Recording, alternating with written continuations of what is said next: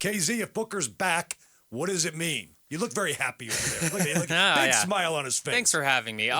It means that they have a guy who can control tempo, control pace. Just give us the big three. I think it is true. We were talking before this segment about, look, we probably wouldn't be concerned at all if all these guys were just healthy, and whether they had had a couple losses, even 3-4, I think we would be just feeling a lot better. And right now, look, Bradley Beal tweaked his back. Book, wherever he is after like toe, ankle, calf injuries combined, whatever it is. You just want to see these guys healthy and performing their best. So even if he's playing and it's the big three, I don't know if it'll be smooth sailing because of just a little minor dings, but this is how this goes. This is, as Wolf, you're saying, prove it. You know what, Zim, I built this up in my head. I blame myself. I blame myself for this. I built this up in my head, the way this was going to go.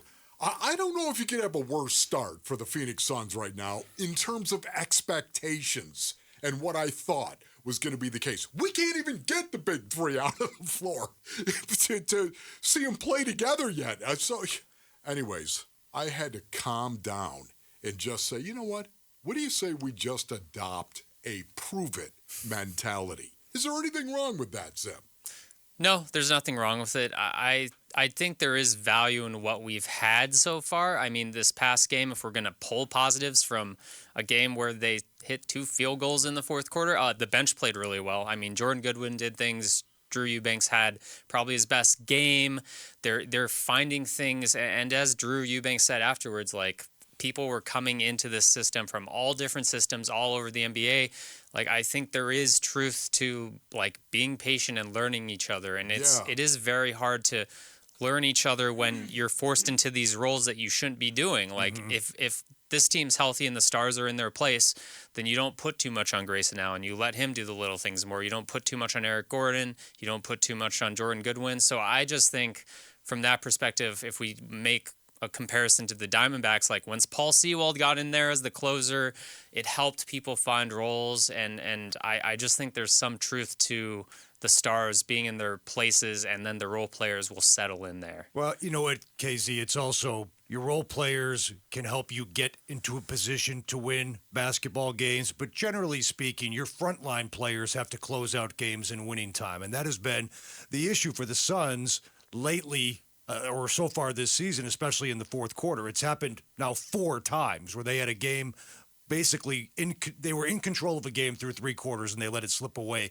in really alarming fashion in the fourth quarter. And we saw for years Booker and Chris Paul close out games in the fourth quarter, and right now Booker's not been out there, and Bradley Beal's been running out of gas these last 2 games.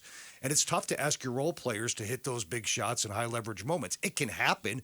Keita Bates-Diop hit a big 3 against the Bulls in overtime. But generally speaking, you need your star players to close out these games, and Durant can't do it alone, and that's been a major problem for the Suns, relying on role players in the fourth quarter, and they're coming up empty. Yeah, and he's a guy who's, look, you throw it to him in the high post, he's swinging it when the double comes. I mean, he doesn't force stuff usually, and there have been, hiccups in how he passes out of those and what comes of that. And then the role players, like you said, do have to make the reads and the reactions and learning other role players. So they're being asked to do a lot. They're learning on the fly. But I do think there are things that the Suns, as positive as Frank Vogel is pitching it, and this is a work in progress and don't panic. Like, look at the Warriors, what they were saying, I think, 2 nights ago after a loss. Like, they have urgency, a lot more urgency than the Suns. And I think the Suns aren't being honest, at least just to reporters, about what that is. I mean, Jordan Goodwin hit a 3, I think it was the third quarter, but literally if you drew a line down the court, like all 5 players on the Suns were on his side of the court, and he got it off, made it great, but just there are spacing issues, there are learning issues, and it is a process, but I think time will tell whether this is stuff you can get out of. Is it schematic? Is it personnel? I don't think it's any of those things, one more than the other right now. I think it is just newness. What have we learned about the Phoenix Suns in the absence of Devin Booker? Yeah. Again, we'll go back to the point guard thing.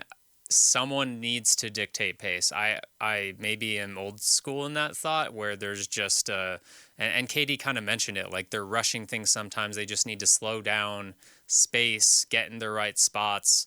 And again, it's hard because you're learning all these new players and systems, but maybe they're passing too much. Maybe they're not making the right read. Maybe they're learning where they should be standing. And so I think that's why if you look at one theme, it's they're the third worst turnover rate team in the league right now. Their offense is middle of the road. Yeah. Their defense actually is a little better than the offense, which on a Frank Vogel team. And the defense really, to me, has been a bit of a disappointment Yeah. that I've seen from them so far. And that's the biggest thing, too, is like the fourth quarter, we could say they hit 2 field goals, but they also let the Thunder hit 60% and then fouled them, and I think they went to the line 14 times or something crazy in that quarter. See, so I that's think- not good defense. I think Devin Booker brings a ton of competitive smolder And yeah, to him. I that's the thing that he brings to a team. And once again, when you've got a guy like that who might walk up on you and say, "What are you doing?" And I think Devin Booker is that guy. He's not afraid to walk up and say, "What are you doing?" I think it helps to focus a lot of other guys that need to be focused. I think they miss his soul yeah. more than anything else. Yeah, my podcast co-host Kellen Olson, he predicted basically end of last year when we looked ahead, and he said, I think Devin Booker could be an all defensive player this year because he should have offensive support. And we even saw in the preseason he had that just I'm playing defense, you guys need to play defense around me attitude, and that honestly might be the biggest thing as they figure out the offense and where they become the Frank Vogel defensive team we all expect, I guess. Yeah, Booker in the playoffs last year, going by the metrics, was one of the top 2 defensive players in the NBA, right behind Anthony Davis. So, yeah, he's got that in him. So, Kevin, appreciate it, man.